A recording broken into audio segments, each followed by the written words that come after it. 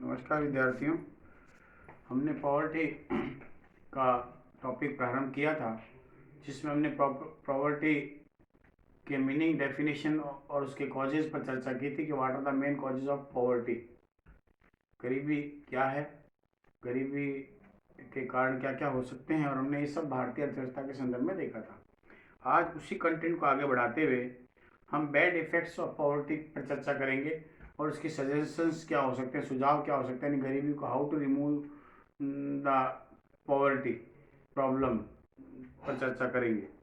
अगर हम bad effects की बात करें तो जैसा कि पूर्व कंटेंट में मैंने आपको बताया था कि रैगनर नर्क्से ने गरीबी के दुष्चक्र की संज्ञा दी है, और उन्होंने ये कहा है कि एक व्यक्ति जब गरीब होता है तो वो लगातार उसी दलदल में फंसता जाता है और वो लगातार गरीब हो जाता है। नंबर 2, गरीबी के बारे में कहा जाता है गरीबी एक अभिशाप है, यानी जो है, और जिसके बारे में ये कहा जाता है कि बिना अपराध की एक सजा है। यानी किसी व्यक्ति ने कोई अपराध नहीं किया है और उसके बावजूद भी अगर उसके जीवन में गरीबी व्याप्त है तो इसका मतलब है वो अपनी फंडामेंटल रिक्वायरमेंट से भी वंचित रहता है। मूलभूत सुविधाएं, रोटी, कपड़ा और मकान जो कि जीने के लिए उसे चाहिए, जीवित रहने के लिए, वो उसको नहीं मिल पाती है, और वो नारक के जीवन जिसको कहते हैं वो इस प्रकार का जीवन व्यतीत करता है। इसलिए गरीबी के लिए किसी भी राष्ट्र के लिए एक प्रकार का अभिशाप माना जाता है। इसलिए जितने भी अल्प विकसित और पिछड़े राष्ट्र हैं वहाँ पर इस प्रकार की समस्या अधिक मात्रा में देखने को मिलती है। और गरीबी को एक रिलेटिव कंसेप्ट के रूप में देखा जाता है कि अगर वो कम कैलोरी अगर वो मिल रही है उसको जो है उसके खाद्यान्न से प्रतिदिन, तो ऐसी स्थिति में वो व्यक्ति गरीब है। और भारत की योजना, इंडियन प्लानिंग कमीशन में और यूएन और यूनाइटेड नेशन ऑर्गेनाइजेशन ने भी इसको इस प्रकार से डिफाइन किया है। आज अगर हम इसके बैड इफेक्ट्स पर चर्चा करें कि गरीबी के प्रभाव क्या हो सकते हैं, दुष्प्रभाव क्या हो सकते हैं, तो सबसे पहला तो इसका आता है कि गरीबी हमेशा सामाजिक प्रतिष्ठा यानी सोशल स्टेटस जो है उस पर प्रभाव डालती है। देखिए, बिल्कुल निश्चित बात है, अगर हम कंपेयर करके कहें कि एक सामान्य व्यक्ति और एक अंबानी ग्रुप की अगर हम चर्चा करें तो आप स्वतः ही समझ जाएंगे कि उसका पूरे वर्ल्ड में कितना सोशल स्टेटस होगा। यानी जिन व्यक्ति के पास में पैसा होता है, समाज के लोग केवल उन्हीं व्यक्तियों की कदर करते हैं, उन्हीं व्यक्तियों की इज्जत करते हैं जिनके पास में पैसा होता है। जिन व्यक्तियों के पास पैसा नहीं होता उसकी ना तो सामाजिक प्रतिष्ठा होती है और ना ही जो है उसे किसी प्रकार का मान और सम्मान प्राप्त होता है। तो ऐसी स्थिति में गरीबी जो है वो सामाजिक प्रतिष्ठा को गिराने में, सामाजिक प्रतिष्ठा को कम करने में जो है अपना दुष्प्रभाव दिखाती है। नंबर 2 है इसका फिजिकल इफेक्ट। यानी अगर हम ये कहें कि जैसा कि कैलोरी के आधार पर जो है गरीबी की रेखा को या गरीबी को परिभाषित किया जाता है, तो उसी आधार पर यह है कि गरीबी जो है व्यक्ति की शारीरिक जो है स्थिति पर प्रभाव डालती है। उसका रीजन ये है कि गरीब व्यक्ति जो होता है उसकी आय कम होती है, और आय कम होने के कारण से वह जो है न्यूट्रिशियस फूड यानी पोषक जो पदार्थ है, पोषक जो भोजन है वो नहीं कर पाता है, और ऐसी स्थिति में जो है उसके शरीर पर बुरा प्रभाव पड़ता है, विपरीत प्रभाव पड़ता है। उसके जो भी नॉमिनल जो मिनरल्स हैं और है जो भी विटामिन से उसकी कमी आ जाती है, और उसके अंदर धीरे धीरे बीमारी व्याप्त होने लग जाती है। नंबर 3 है मोरल डिग्रेडेशन, यानी नैतिक पतन हो जाता है। देखिए, गरीबी एक ऐसी चीज़ है कि व्यक्ति भूख में मरता क्या नहीं करे, तो गरीबी जो है वो नैतिक पतन को बढ़ावा देती है। ऐसी स्थिति में महिलाएं जो है, बच्चियां जो है, वो इस प्रकार के कार्य करने के लिए मजबूर हो जाती है अपना पेट पालने के लिए, जो कि समाज के लिए हितकर नहीं माने जाते, समाज के लिए वो बहुत ही बुरे माने जाते हैं। जिसमें आप वेश्यावृत्ति को ले सकते हैं, किस प्रकार की स्थितियां जो है भारत में देखने को मिल सकती है। उसके बाद है भिक्षावृत्ति। आपने लगातार देखा है कि अगर हम कहीं भी बाहर निकलें तो आपको मिलेगा कि लगातार भिखारी जो है वो भीख मांगने को मजबूर है, और उसका सबसे बड़ा रीज़न यही है उसकी गरीबी। यानी उसके पास में 2 समय की रोटी खाने तक का उसके पास में जुगाड़ नहीं होता, इसलिए वो मांग करके खाने की प्रवृत्ति को अपना लेता है, जो कि न केवल उसी के लिए हानिकारक है बल्कि उस देश की जो प्रतिष्ठा है उसके लिए भी एक प्रकार से जो हानिकारक माना जाता है।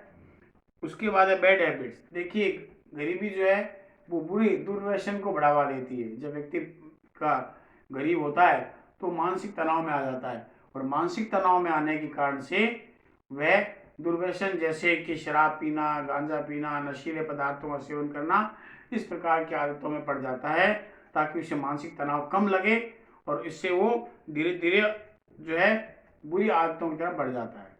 उसके बाद में गरीबी से अपराध प्रवृत्ति जो पनपती, लगातार आपने देखा है, आए दिन आप ट्रेनों में देखते हैं, बसों में देखते हैं, चेन स्नैचिंग की खबरें आती है, डकैती की खबरें आती है, लूटपाट की खबरें आती है, चोरी खबरें आती हैं। उसके पीछे अगर देखा जाए और जब जो है पुलिस भी इसकी आइडेंटिफाई करती है, जांच करती है, तो उसमें मूल कारण कई बार ये लगता है कि उसकी गरीबी के कारण से ऐसा हुआ है कि उसको मजबूरन इस प्रकार की प्रवृत्ति को अपनाना पड़ा, अपराध प्रवृत्ति को अपनाना पड़ा, क्योंकि उसे 2 जून की रोटी खाने तक के उसके पास में कोई भी साधन उपलब्ध नहीं थे। उसके बाद आता डिवैल्यूएशन ऑफ द फैमिली, यानी परिवार का उन्मूलन होना। देखिए, गरीब परिवार जब गरीबी पकड़ लेती है किसी भी परिवार को, तो वहाँ के बच्चे जो है वो उसके मुखिया के नियंत्रण से बाहर हो जाते हैं धीरे धीरे जो है, और वो गलत लत में पड़ जाते हैं, गलत तरीके से वो अपना जीवन यापन प्रारंभ कर देते हैं, और इसके कारण से उस परिवार का जो है संगठन जो है, जो जिसको कंट्रोल होना चाहिए, सारे नियंत्रण में होने चाहिए, परिवार बंधा हुआ होना चाहिए, वो नहीं रह पाता है, वो भी एक संयुक्त परिवार के लिए घातक माना जाता है। उसके बाद में है कि राजनीतिक शोषण। देखिए, हमेशा देखा गया गरीबों का राजनीतिक शोषण होता है। पोलिंग पार्टियां क्या करती है, राजनीतिक पार्टियां, पॉलिटिकल पार्टियां क्या करती है, 5 वर्ष में एक बार आती है, गरीब व्यक्तियों को लालच देकर के शराब के रूप में, अनाज के रूप में, या अन्य कोई आर्थिक प्रलोभन देकर के उनसे वोट में ले जाता है, और उसके बाद पूरे 5 वर्षों तक वो दिखाई नहीं देते। इसका तात्पर्य है कि उनका आर्थिक शोषण, उनका जो है शोषण किया जाता है। ऐसी स्थिति में जो है, इस प्रकार की जो स्थिति है वो पॉलिटिकली जो है उनका हैरेसमेंट जिसको आप कह सकते हैं, उसको बढ़ावा मिलता है। तो ये कुछ ऐसे बैड इफेक्ट्स है जो कि समाज में या किसी देश में आपको देखने को मिलेंगे। अगर हम इसके सजेशंस के बारे में बात करें कि how to remove the poverty in a country, तो we can give the very suggestions. सबसे पहला एजुकेशन। देखिए, लॉर्ड मैकाले की जो पद्धति हम देख रहे हैं देश आज़ाद होने के बाद से, उसी को चलाया जा रहा है, जो कि जॉब ओरिएंटेड नहीं है, जो कि ट्रेनिंग ओरिएंटेड नहीं है, केवल किताबी ज्ञान है, और उससे जो शिक्षा मिलती है उससे नौकरी को प्राप्त नहीं किया जा सकता है। इसका मतलब ये है, सबसे पहले क्या करना चाहिए, सरकार को एजुकेशन सिस्टम को सुधारना चाहिए, और जब एजुकेशन सिस्टम सुधरेगा, रोजगार उन्मुख अगर शिक्षा होगी, तो जब लोगों को रोजगार मिलेगा तो धीरे धीरे स्वतः ही गरीबी का उन्मूलन होना प्रारंभ हो जाएगा। Number 2, rural infrastructure. जैसा कि हम कहते हैं कि देश की भारतीय अर्थव्यवस्था ग्रामीण प्रधान अर्थव्यवस्था है, और ऐसी स्थिति में देश के कुल जनसंख्या का 60% अधिक ग्रामीण क्षेत्रों में निवास करता है। तो ग्रामीण जो ढांचा है, आधारभूत ढांचा, जैसे सड़क है, परिवहन है, बिजली है, जो है शिक्षा है, उसी प्रकार से आपके स्कूल्स है, कॉलेजेज है, इनका पूर्ण अभाव पाया जाता है। इसलिए भारतीय अर्थव्यवस्था को ड्यूअल इकोनॉमी का नाम दिया जाता है।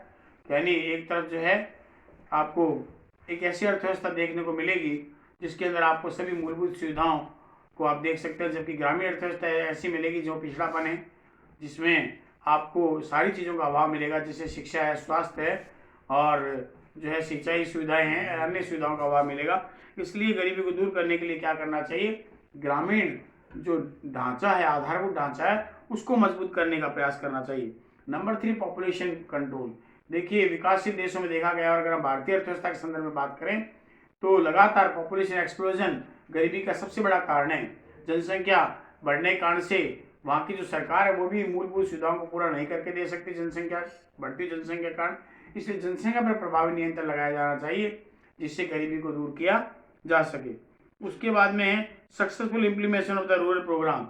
सरकार ने बहुत सारे ग्रामीण जो अपनी गरीबी है या शहरी गरीबी है, उनको दूर करने के लिए जो है अलग अलग प्रोग्राम चला रखे, कार्यक्रम चला रखे, गरीबी उन्मूलन प्रोग्राम।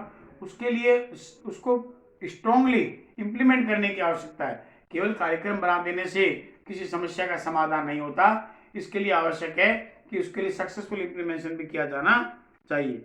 उसके बाद है एग्रीकल्चर एंड रूरल डेवलपमेंट। देखिए, जैसा कि हम कहते हैं कि हमारे भारतीय अर्थव्यवस्था जो कृषि प्रधान अर्थव्यवस्था है, इसलिए ग्रामीण विकास और कृषि विकास को बढ़ावा दिया जाना चाहिए, ताकि अधिकांश जो देश की जनसंख्या का भाग है उसे ग्रामीण क्षेत्रों में कृषि में या कृषि से संबंधित उद्योगों में उन्हें रोजगार प्राप्त हो जाए। उसके बाद में महिलाओं में चेतना जागृत करना। देखिए, सबसे बड़ा कारण है, और इसका सबसे बड़ा कारण है रूढ़िवादिता।